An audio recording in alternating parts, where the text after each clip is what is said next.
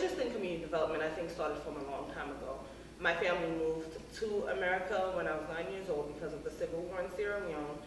And I think when I got here, just noticing and just being cognizant of how kind people were to me stirred this passion in me to want to be able to do the same for others someday. So for as long as I can remember, I've always been empathetic. And I think the first time that I really took the initiative and said that I need to do something for other people was when I was 15 years old. And I started an organization called T.E.R.K, which stands for Teens Trying to Make a Difference. And it started off with me rallying a lot of my friends at the time to do community service. And so once a month we would do an AIDS walk or a March of Dimes, or we would volunteer at a local soup kitchen. When I graduated from high school, I went on to Howard University, and there was still that longing in me to want to do something about the things that I saw around me. And so my answer to that was Rock the Mic.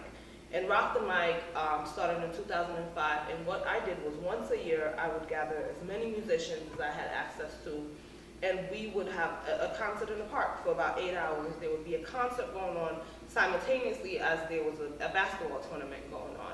And so this was my attempt to show these teenagers, boys and girls, that there were people who looked like them, acted like them, talked like them, who had a different perspective on life, and that they very well could have access to that as well. And when I lived in Ohio, I had the opportunity to work specifically with the African community.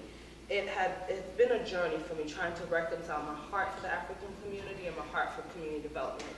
And for some time, I couldn't figure out a way to reconcile these two interests of mine. And so when I went to Ohio, I had the opportunity to work as a consultant of sorts, but P.E.R.K consulting actually didn't exist then. And I helped get this nonprofit organization off the ground. And after that, the director of the organization wanted me to continue working with them. And so what I did was that I created a curriculum for an ESL program for Southern and Eastern African refugees and asylums who were coming to America. And so for the first time in my life, I was exposed to people who were immediately coming from refugee camps.